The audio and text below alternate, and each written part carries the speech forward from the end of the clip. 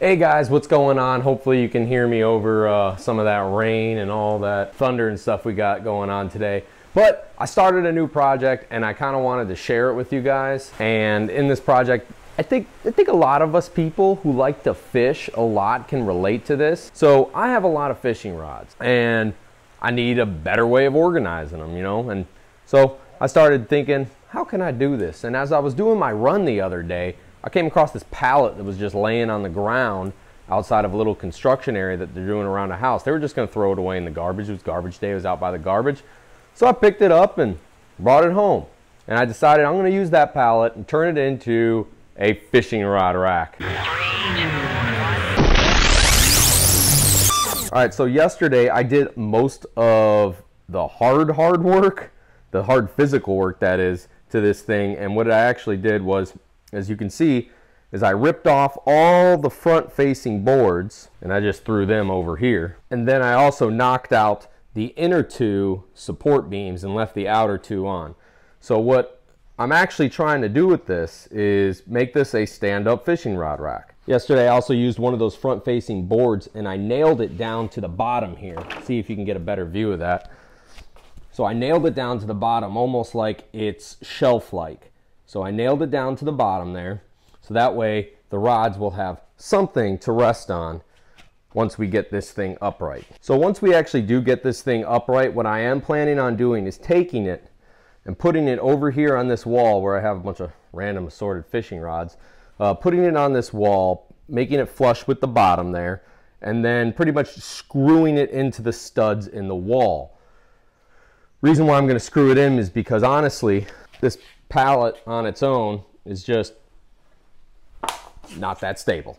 So additionally, what I plan on doing is I'm going to take this board right here, which also came from the front facing board. Now, I really hope you can hear me over all that pouring down rain. I'm going to take this board, which was one from the front facing ones that I took off. I'm just going to put it right down here at the bottom. I'm going to go ahead and screw it in and try my best to go ahead and straighten it out, make it nice and flush, so that way we have ourselves a good bottom support. What I also plan on doing is taking some drill bits of mine, making some little indents in the bottom of this wood right here, so that way those rods, the bottom of the rods, can go ahead and fit nicely right into a slot. And then I also plan on Amazon, they have these cool little things, and I showed it in my truck hack, my fishing rod truck hack video, but they have these cool little attachments where the rods will pretty much just kind of clip into, and I'm going to screw those in various spots up and down this pallet. And hey, once I'm all done, I'm going to have myself a nice little fishing rod rack. Now, I do plan on actually sanding everything, staining it, putting a coat of polyurethane on it, because at the end of the day, I just like making things look nice. But by all means, if you don't have the time, money, or effort to go ahead and do any of that stuff, you can go ahead and just use it as is. But me, I just like to throw that extra little touch on there. So let's go ahead and rock this journey. So I'm going to go ahead and start sanding all these spots down. The first one I'm going to do is obviously this little piece that I'm going to put towards the front. Then I'm just going to go ahead and sand that entire pallet down. And the reason why you want to sand this down, if you don't know already, is because one, it's going to get rid of all the splinters and all the other craziness on there. And then two, it also takes away a lot of the tough grit and stuff that happened over time. So that way when you apply your coat of stain to it, that stain soaks up in there nice and neat. And we'll actually go over that whole process of how we're going to stain it and put a coat of polyurethane on it as we go over time. Let's go ahead and get to work.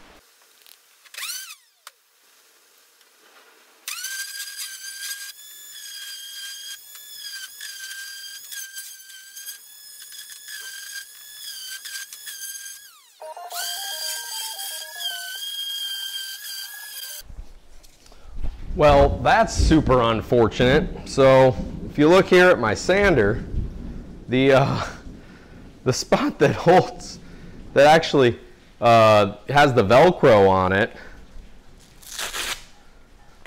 actually fell off my sander. So looks like it like glue it on or so. I'm not too sure. I've never really come across this. I have had this sander for a really long time, and yes, it is a Ryobi, and those are not the most reliable tools in the world, but they do get the job done for a low budget guy like me. But looks like I'm sanding this whole sucker by hand now. Let's do it.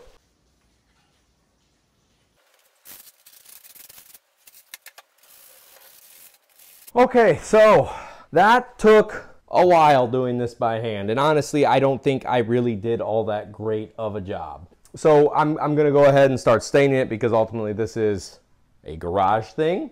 You know, it's gonna be in the garage. So now that when you're ready for the staining, there's a couple things that you just wanna make sure. One, make sure you got a mask on. You're not inhaling all those fumes, something cheap, you know, something, whatever you need. Just make sure you got something on so you're not inhaling all these crazy fumes that the stain's gonna get off. The stain that I'm using today is gonna be this Minnow Wax.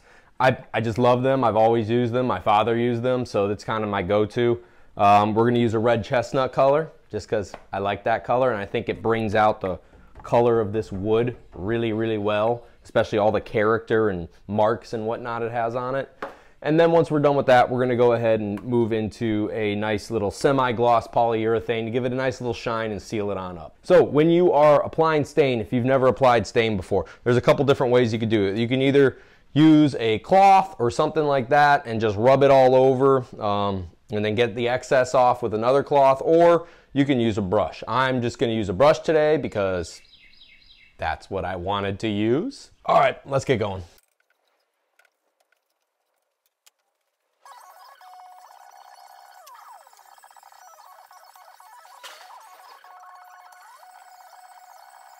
Hey y'all, so yeah, it's the next day, and actually like 2 days have passed by. I got all the staining done, and now I'm actually gonna start working on drilling the holes in the bottom so that way I can go ahead and get the fishing rods to actually line up in there. The reason why I'm gonna drill the holes in the bottom, if you know what I'm talking about, I'll show you in a second, is so that way the fishing rods can pretty much stay standing up straight, along with the little clips that I'm gonna buy off Amazon, which I really need to get to ordering those so that way I don't gotta wait too long on them, because Amazon is kind of backed up with all this crazy coronavirus stuff going on. Hey, let's go ahead and look at it though.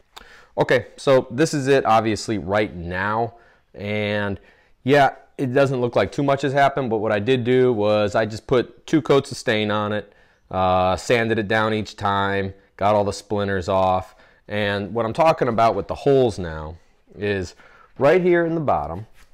I'm going to go ahead and drill holes and space it out so that way I can go ahead and mount my fishing rods there.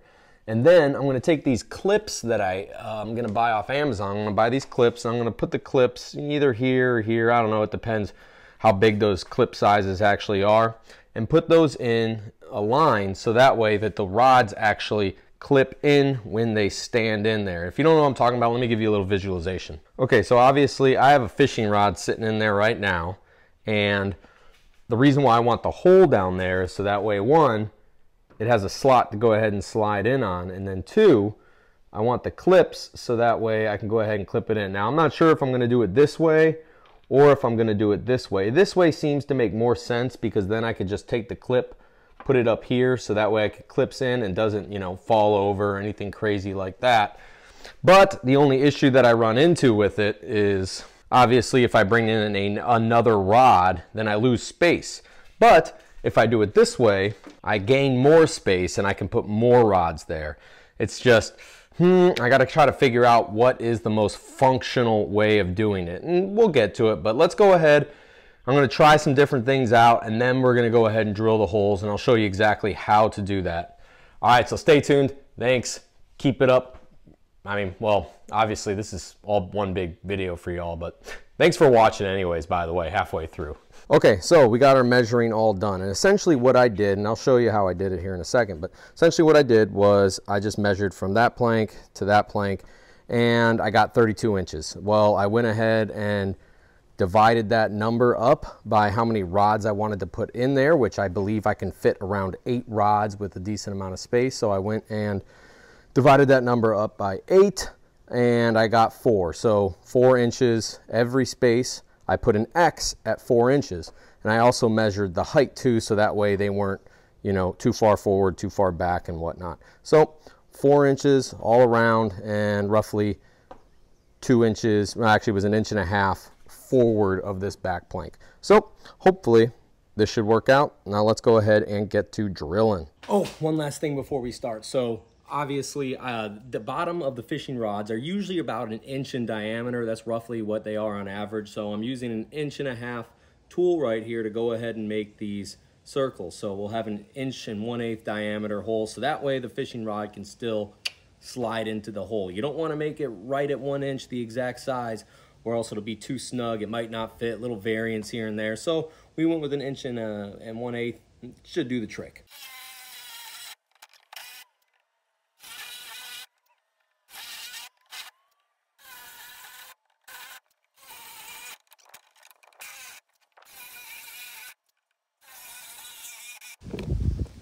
And there you have it. Little holes to go ahead and mount on, all evenly spaced up. Would you look at that? A perfect fit.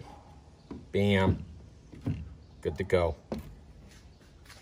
Okay, now once you go ahead and drill the holes, now you can take this piece of wood that we left off to the side and that we were going to go ahead and use to make just a nice little frame on the outside, little border wall almost. I know this one's kind of not even, but it's pallet wood. What do you expect? It's okay. It's going to add to the beautiful nature of it. And then I'll go ahead and knock that out. Then afterwards, I'm going to go ahead and once I'm done with that, put the coats of polyurethane on, and I'm only going to put it on the outside. And I know what some people might say. I know a lot of people might actually say, hey Tim, that's really lazy. And you're absolutely right. It is very lazy, but this is a project, like I said, I just wanted to do it nice, quick, fast, and I'm just going to keep it right here in the garage. So it's not really going to be in too many sites. I just want a nice little sealant on the wood, so that way I know it'll last a little bit longer. And polyurethane does make things look a little bit prettier.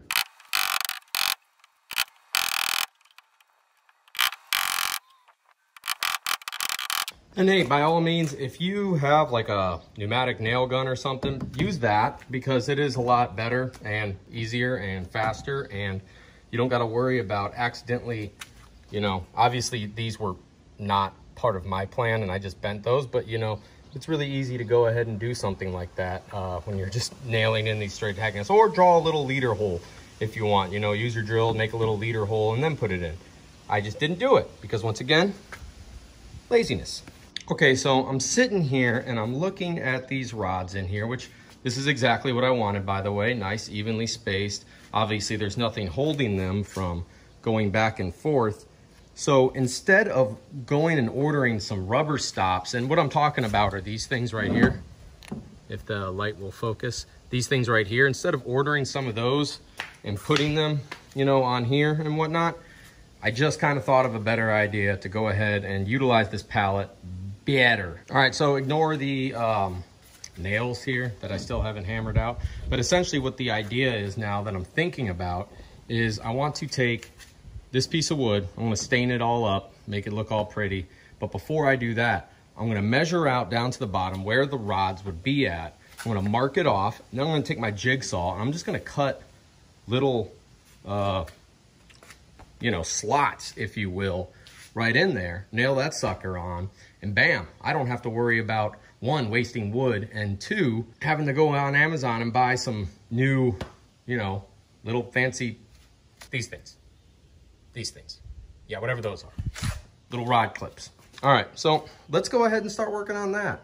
I'm gonna nail out all these nails. I'm gonna go ahead and measure from the bottom to the top, and then we're gonna go ahead and do our cutting, and then staining. All right, so as I drilled all the holes and whatnot, and then I did my measurements for up here for where I'm gonna cut, for whatever reason, and I think it's because this pallet wood is so uneven and, you know, warped and old, I couldn't get the measurement that I was taking, you know, if you were actually working on decent wood, to line up with the holes. And I couldn't really quite figure it out. So I came up with this little plan. As you know, this channel is called Artillery Life. And in artillery, we use this thing called a plumb bob. And this plumb bob, what you do is you just kind of hang it over something so that way you can tell you're directly over top of it. So I took a piece of string, tied a little bobber to it, and I'm gonna go ahead and use that to go ahead and measure where exactly I need these to line up at on the board. So that way we are even Steven. All right, let's try it and hopefully this works. Okay, so another lesson learned. And I did the plumb bob method and it actually worked out perfect. And just to test it out to make sure that everything was where it was supposed to be, I took my tape measure and measured across and everything was exactly 4 inches across from each other, which is exactly what it should have been. I think the lesson I learned though was once I got the first starting point done, just trusted my measurements and then used the ruler from there instead of wasting the extra few minutes it took to hang the plumb bob from each one. But at the same time, you know, with this wood and being pallet wood and not exactly straight and bent and warped and, you know, the proportions are all a little different, I just thought it was safe to go ahead and use the plumb bob on every single one. But hey, that's the trade-off that you get when you're working with these pallets that are old, busted up and used and then abused and, you know, honestly just hastily put together. All right, well, let's get back to work. Okay, so you see these 3 lines right here. So what ultimately I decided to do was, that's the center line. Oh my gosh, I can't point. That's the center line. These are the 2 outside lines. These are where the actual borders will be at. So I decided to just go 1/4 inch from each side out. And I think that's gonna be plenty of room to go ahead and slide those rods in there. And I just did that all the way down the line. All right.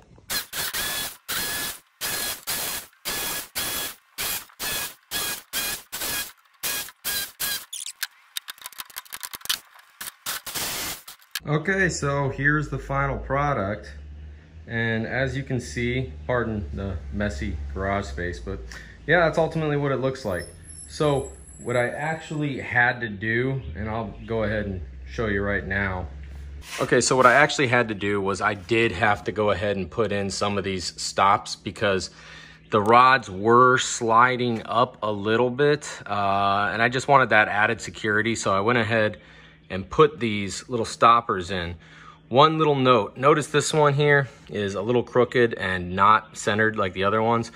That's for a very good reason. Yeah, those are all screws that broke off in the wood. Whenever you're using these screws, I got some little screws for them and just had them laying around. And honestly, those things suck. Like, they were so soft and they were breaking off as I was drilling them in. Maybe I should have used a screwdriver, but hey, learn from my mistakes when you're doing this so that way you don't gotta worry about it. But ultimately, I'm very happy. Don't mind my outfit, I'm just getting ready for work. Ultimately, I'm very happy with it, and I think I'm gonna go ahead and take the lessons that I learned from this and make another one for all my spinning rods. Even though I do got one spinning rod sitting here, I had some extra room, thought why not. So yeah, that's how you make your own little pallet fishing rod rack, and obviously you do what you want with it. This is just the way I ended up doing it. All right, y'all have a great one. This is Tim with Artillery Life. Out.